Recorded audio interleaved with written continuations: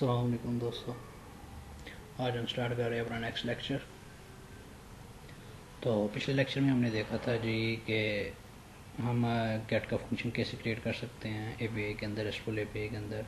ठीक है, फिर हमने ये भी देखा था कि हम जेसन की अरे क्रिएट करके हमने उसके अंदर सेंड की, देन हमने ब्राउज़र में इसको चेक भी किया था दोस्तों।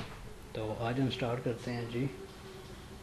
आज हम स्टार्ट करते हैं अपना नेक्स्ट लेक्चर, जो कि मैं पिछले लेक्चर में भी आपको बताया था कि अब हम फेच करेंगे डाटा एंगुलर साइड के अंदर ये सारा का सारा, जो कि हमने इस रे के अंदर तीन प्रॉपर्टीज़ या तीन इंडेक्स जेसन टाइप की जो भी है तीन प्रॉपर्टीज़ बना के हमने वहाँ पे डिस्प्ले कराया था। ठीक है दोस्तों, तो आज हम स्टार्ट करते हैं जी अपना फ्रंट एंड का काम। तो मैं यहाँ पर आता हूँ जी ऐप के अंदर। तो दोस्तों फ्रंट एंड पे आने से पहले मैं थोड़ा सा आपको बताता चलूँ कि अब हम जो काम करेंगे थोड़ा सा प्रोफेशनल लेवल के हवाले से हमारा वो काम होगा कि जैसे प्रोफेशनल एप्लीकेशंस के ऊपर वर्क किया जाता है। ठीक है, तो अब हमें ज़रूरत क्या होगी जी, एंगुलर साइड के अंदर एक सर्विस की ज़रूरत होगी जो कि डाटा लेगी Node.js की RESTful API से, या main.js के अंदर ये जो फंक्शन है या कोई भी ये RESTful API का फंक्शन है उससे वो डाटा लेगी। तो मैं करता क्या हूँ जी, यहाँ पर ऐप पे आके सबसे पहले क्रिएट करता हूँ जी जनरेट सर्विस। तो दोस्तों ये जो मेरे पास अभी आ रहा था, राइट क्लिक किया मैंने, ये इंटेलिजेंस या इंटरफेस जो आ रहे हैं जनरेट के, तो ये हमारे सब उसी वजह से आ रहे हैं जो हमने बिल्ट इन एक्सटेंशंस इंस्टॉल की है। तो दोस्तों सबसे पहले यहाँ पर मैं क्रिएट जनरेट सर्विस पे क्लिक करता हूँ। यहाँ पे अपनी सर्विस का नाम देता हूँ जी, मेरी सर्विस का नाम है जी एपीआई। मैं एंटर करता हूँ तो दोस्तों ये देखें इसने मेरे पास ये सर्विस क्रिएट कर दी, और मैं इस फाइल को दोस्तों डिलीट कर देता हूँ जो कि स्पेक्स की है। ठीक है, अब दोस्तों मेरा नेक्स्ट स्टेप क्या होगा जी, मैं इसको ऐप मॉड्यूल के अंदर इसका प्रोवाइडर सेट कर देता हूँ जी एपीआई सर्विस। जैसे मैंने इसको एंटर किया तो दोस्तों साथ ही इसने ऊपर इंपोर्ट करवा दिया। ठीक है दोस्तों, अब मैं दोस्तों ज़रा थोड़ा सा बताता भी चलूँ सर्विस के बारे में कि हम सर्विस ही क्यों यूज़ कर रहे हैं, हमने कंपोनेंट से क्यों नहीं वो डाटा उठाया। तो दोस्तों अगर मेरे पास 2 से 3 कंपोनेंट से डाटा मैंने सेम ही टाइप का डाटा मैंने उठाना होता है तो मुझे क्या करना पड़ेगा, 2 से 3 कंपोनेंट से मल्टीपल रिक्वेस्ट भेजनी पड़ेगी। ठीक है दोस्तों, तो उससे क्या होगा, हमारी मल्टीपल रिक्वेस्टें जा रही होंगी बैकएंड के ऊपर। ठीक है, तो इस वजह से मैंने क्या किया जी, एक सर्विस के अंदर ही वो सब कुछ उठा के ले लिया। अब जब उसको इंजेक्ट कराऊंगा तो उसका डाटा मैं ले लूँगा। ठीक है, मल्टीपल कंपोनेंट्स के अंदर डिफरेंट वेज होते हैं, ऑब्जर्वेबल के ज़रिए ले सकते हैं आप, डेकोरेटर्स के ज़रिए ले सकते हैं। तो अभी जो हमारा मेन मोटो है जी, हम उधर चलते हैं जी वापसी। ठीक है दोस्तों, ये है जी सर्विस, मैंने आपको पर्पज़ बता दिया कि किस पर्पज़ की वजह से हम इसको यूज़ कर रहे हैं। ठीक है, कंपोनेंट से ही डाटा क्यों नहीं हमने गेट किया वो भी मैंने बता दिया। तो अब दोस्तों हम स्टार्ट करते हैं। सबसे पहला जो स्टेप होता है जी सर्विस के अंदर, किसी दूसरी थर्ड पार्टी कह लें एपीआईज़ के अंदर से कोई भी चीज़ उठानी हो तो आपको सबसे पहले रिक्वायर्ड होता है जी HTTP हाइपरटेक्स्ट ट्रांसफ़र प्रोटोकॉल। तो मैं यहाँ पर दोस्तों इंजेक्ट करता हूँ जी प्राइवेट HTTP कॉलन।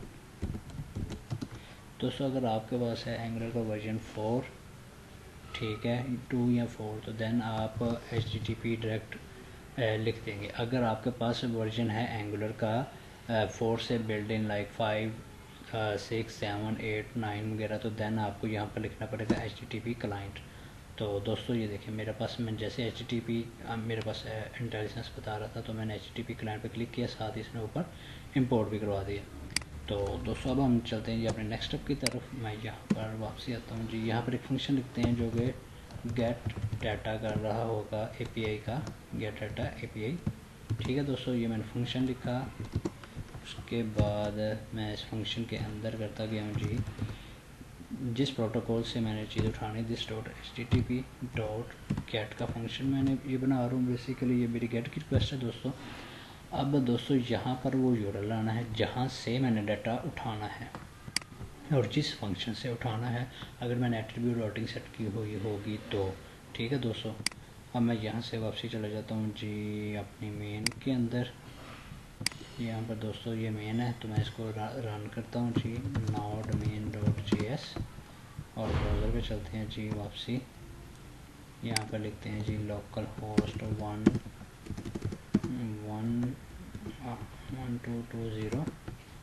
और यहाँ पर वो हमारा एट्रीब्यूट जो था पोस्ट का वो लिखा। तो दोस्तों ये देखें हमारे पास रन हो गया। ठीक है, अब हम वापसी आते हैं जी अपने एंगुलर के प्रोजेक्ट के अंदर, एंगुलर की सर्विस के अंदर। यहाँ पर आके मैं एक चीज़ आपको बताता चलो, मैंने यहाँ से ये सिलेक्ट किया है कंट्रोल ए कंट्रोल सी। ठीक है दोस्तों, और यहाँ पर आके उसे बात बताया जी इस रिक्वेस्ट के ऊपर जाओ और यहाँ से आप डाटा उठा के लेकर आओ। तो मैं यहाँ से सब्सक्राइब करता हूँ, रिस्पॉन्स एरो फंक्शन यूज़ करता हूँ दोस्तों, कंसोल लॉग करवा देते हैं जी, कंसोल डॉट लॉग। ठीक है, रिस्पॉन्स को मैंने लॉग करवा दिया। अब दोस्तों मेरा जो नेक्स्ट स्टेप है कि मुझे ये किस कंपोनेंट के अंदर चाहिए। मैं यहाँ पर आता हूँ जी, इसके अंदर कंस्ट्रक्टर क्रिएट करता हूँ। ठीक है, सबसे पहले मुझे उस सर्विस को यहाँ पे इंजेक्ट करवाना है। तो मैं क्या करता हूँ, यहाँ जी private API colon API service, ये दोस्तों मैंने इंजेक्ट करवा दी। साथ ही जैसे इंजेक्ट होगी दोस्तों साथ ही ऊपर इंपोर्ट हो जाएगी। ठीक है, कंट्रोल शिफ्ट आई किया तो ये ज़रा थोड़ा सा इसकी इंट्रोडक्शन के लिए बेहतर हो जाती है। उसके बाद यहाँ पर दोस्तों मैं बिल्ट इन एंगुलर का फंक्शन यूज़ करता हूँ ng ऑन init। ठीक है दोस्तों, यहाँ पर दिस डॉट API डॉट इस API के अंदर जो फंक्शन है उससे डाटा मुझे गेट करके दे दो। ठीक है, अब मैं यहाँ से जाता हूँ जी अपना, ये मैंने फ्रंट एंड रन किया है, मैं दोबारा ज़रा रन कर देता हूँ जी ng, क्योंकि ये पिछले ही हमारा रन चल रहा है। तो ng serve dash dash port 1122 dash dash o. तो दोस्तों ये भी रन हो जाता है जी। उतनी देर तक अगर आप, बल्कि ये भी 2 मिनट में रन हो ही जाता है, देखते हैं।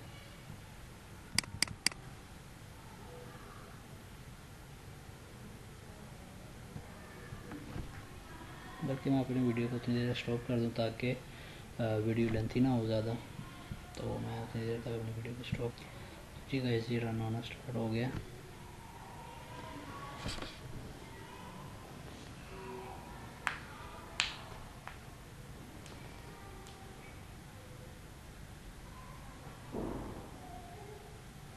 दोस्तों ये रन हो गया। तो ये देखिए खुद ब खुद ही ब्राउज़र में ओपन भी हो गया। मैं यहाँ से इसको ख़त्म करता हूँ। मेरी पोर्ट थी 1122। मैं यहाँ पर आता हूँ लोकल होस्ट 1122 पोर्ट पे एंटर करते हैं। तो दोस्तों यहाँ पर मेरे पास कुछ भी नहीं डिस्प्ले हो रहा है। मैं इंस्पेक्ट पे जाता हूँ। इंस्पेक्ट पे जाके सबसे पहले देखते हैं जी कंसोल पे ये मेरे पास आ रहा है कि अरे जी आपने जो HTTP क्लाइंट यूज़ किया है उसका आपने प्रोवाइडर सेट नहीं किया है मॉड्यूल के अंदर। तो मैं यहाँ पर वापसी जाता हूँ। ठीक है दोस्तों, है मॉड्यूल पे। तो दोस्तों यहाँ पर जाकर सबसे पहले मैं करता हूँ यहाँ पर आके HTTP क्लाइंट मॉड्यूल पे एंटर करता हूँ। तो दोस्तों ये मेरा सेट हो गया जी HTTP क्लाइंट मॉड्यूल। ठीक है, ऊपर से ये इंपोर्ट भी हो गया। तो आप जो बिल्ट इन यूज़ कर रहे हो तो दोस्तों वो आपको ऐप मॉड्यूल के अंदर इंपोर्ट भी करवाना होता है। ठीक है, तो आप देखते हैं जी अब वो खुद ब खुद ही रन हो गया कि ये रीलोड खुद ब खुद ही कर देता है जैसे आप सेव करो। उसके अलावा दोस्तों अभी एक एरर आ रहा है जी, access to XML HTML request at 1220 port from origin has been blocked कॉज policy no access control allow origin. तो दोस्तों इसका सलूशन ये है कि जी हम करते क्या हैं जी, सबसे पहले VS कोड को ओपन करते हैं अपने। ठीक है, मेन के अंदर जाते हैं जी main.js का। सबसे पहले इसको स्टॉप करते हैं इसके टर्मिनल को। यहाँ पर एक पैकेज इंस्टॉल करते हैं npm इंस्टॉल कोर्स का, npm इंस्टॉल कोर्स का। दोस्तों ये पैकेज इंस्टॉल करते हैं जिससे हम इनेबल करेंगे ओरिजिन को। ठीक है दोस्तों, तो देन वो हमें एक्सेस देगा API को इस पोर्ट के अंदर किसी भी फंक्शन को एक्सेस गेट करने की। तो दोस्तों ये तो हो गया हमारा पैकेज इंस्टॉल। अब नेक्स्ट स्टेप क्या है जी, मैं यहाँ पर आता हूँ जी, इसको इंपोर्ट करता हूँ जी, variable cors equal to require. यहाँ पर दोस्तों सिंपल लिख देते हैं जी कॉल्स, और यहाँ पर हम स्ट्रिंग के अंदर कॉल्स लिख देते हैं जी। तो दोस्तों ये मैंने इंपोर्ट करवा लिया। अब यहाँ पर दोस्तों हम यूज़ करेंगे एप्लीकेशन। एक्चुअली हमारी ऐप जो रन हो रही है वो इसके अंदर एप्लीकेशन डॉट यूज़। ठीक है दोस्तों, यहाँ पर मैं क्या करता हूँ, कोर्स लिख देता हूँ जी, कोर्स। ठीक है दोस्तों, मैं यहाँ से इसको सेव करता हूँ और अपनी बैक एंड की एप्लीकेशन को रन कर देता हूँ और main.js। ठीक है दोस्तों, ये रन हो चुकी है। अब वापसी जाते हैं जी अपने ब्राउज़र पे। सबसे पहले इसको रीलोड करते हैं जी, चेक कर लें कि रन हुई है कि नहीं जी। दोस्तों रन हो गई है। अब दोबारा से अपनी एप्लीकेशन को रीलोड करते हैं तो देखते हैं जी। तो जी दोस्तों, मैंने जैसे ही अपनी एप्लीकेशन को रीलोड किया तो मेरे पास ये देखिए कंसोल में डाटा आ गया जी। ठीक है, जो कि बैक एंड पे ये मैंने लिखा हुआ था। तो दोस्तों वो जस्ट एरर था हमारे पास इनेबल करने का रीजन को। ठीक है, तो हमने क्या किया, उसको इनेबल बैक एंड पे जाके एक पैकेज इंस्टॉल किया कोर्स का। ठीक है, उसको इनेबल किया। दैन हमने जैसे ही अपनी फ्रंट एंड की एप्लीकेशन को रिफ़्रेश किया तो उसने हमें डाटा डिस्प्ले करके दिखा दिया। ठीक है दोस्तों, अब हम देखते हैं जी यहाँ पर डाटा प्रिंट करवा के। तो मैं करता क्या हूँ जी, वापसी आता हूँ जी अपने ऐप कंपोनेंट टीएस के अंदर। तो अब दोस्तों यहाँ पर मेरे पास जो डाटा आ रहा है वो एपीआई के अंदर आ रहा है, this dot API dot get data के अंदर। ठीक है, मैं यहाँ पे जाता हूँ जी। ठीक है जी, अपने HTML के अंदर HTML को मैं ज़रा सा क्लीन कर देता हूँ।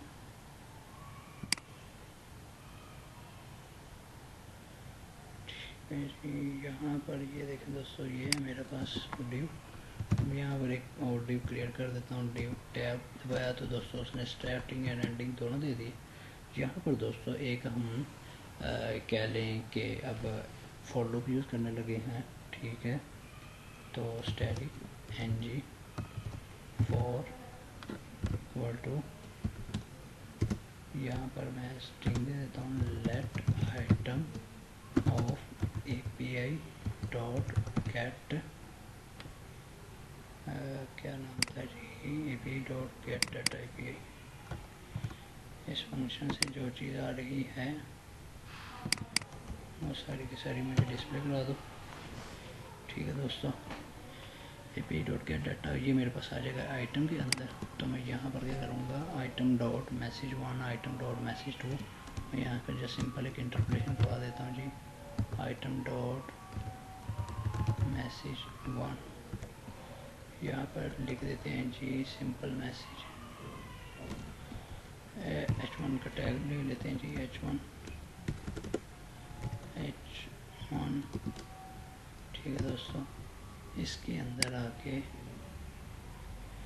हम इस टैग अपने को कट करते हैं जी, यहाँ पर आके पेस्ट कर देते हैं।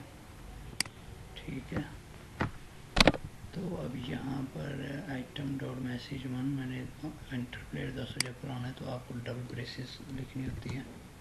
ठीक है, ये मैंने डबल ब्रेसेस लिख दी और इसको दोबारा सेव किया। तो अब क्या रहा है जी, अब एरर देखते हैं जी, क्या एरर आ रहा है। एक तो यहाँ से इसको ज़रा ख़त्म कर देते हैं जी।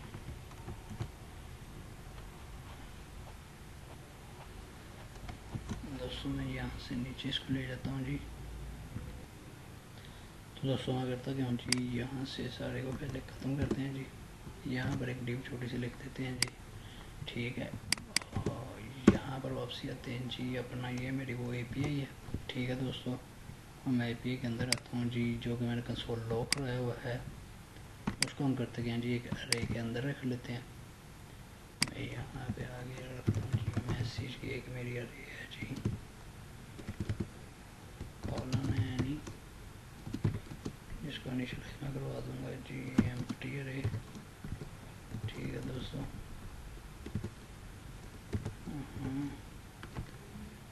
मैं यहाँ पर जो रिस्पॉन्स है मेरा, मैं उसको ज़रा सेट करता हूँ जी। तो उसको सेट करने के लिए क्या करूँगा, this dot message equal to response dot JSON. तो दोस्तों यहाँ पर मैं ऐसे करता हूँ, इस रे को ज़रा ख़त्म कर देते हैं। जस्ट सिंपल एक मैसेज एनी टाइप का ले लेते हैं जी, प्रॉपर्टी।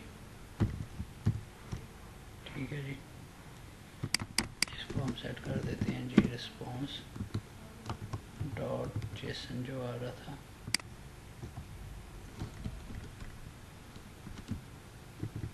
इसको यहाँ पर मैं ब्रेसेस सेट की, ठीक है। तो दोस्तों जो रिस्पॉन्स आया मेरे पास, ठीक है, वो मैंने मैसेज को सेट कर दिया। अब यहाँ पर मैं चाहता हूँ जी अपने ऐप कंपोनेंट के अंदर मैं API डॉट मैसेज, ये देखो दोस्तों मैसेज किया, ठीक है। अब मेरे पास एक्सेस है जी आइटम डॉट मैसेज 1 की, ठीक है। यहाँ पर दोस्तों मैं क्या करता हूँ जी कंट्रोल शिफ्ट डाउन एरो करूँगा, तो दोस्तों ये मेरे पास डुप्लीकेट क्रिएट करता जा रहा है, ठीक है। मैं 2 टाइम किया यहाँ पर मैसेज 1 मैसेज 2 एंड मैसेज 3 और देन इसको सेव कर दिया दोस्तों।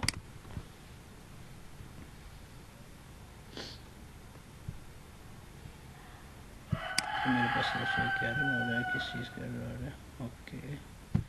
तो मैं जो सिंपल रिस्पॉन्स ही ले लेता हूँ जी, जिस टाइप मर्जी आए, ठीक है दोस्तों। मैंने इसको सेव किया और ब्राउज़र पे चलते हैं वापसी।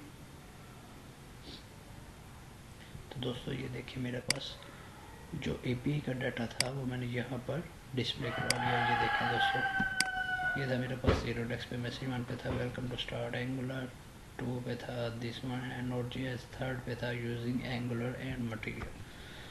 तो दोस्तों इस लेक्चर में हमने देखा जी कैसे हम एंगुलर में डाटा गेट करते हैं API का, ठीक है।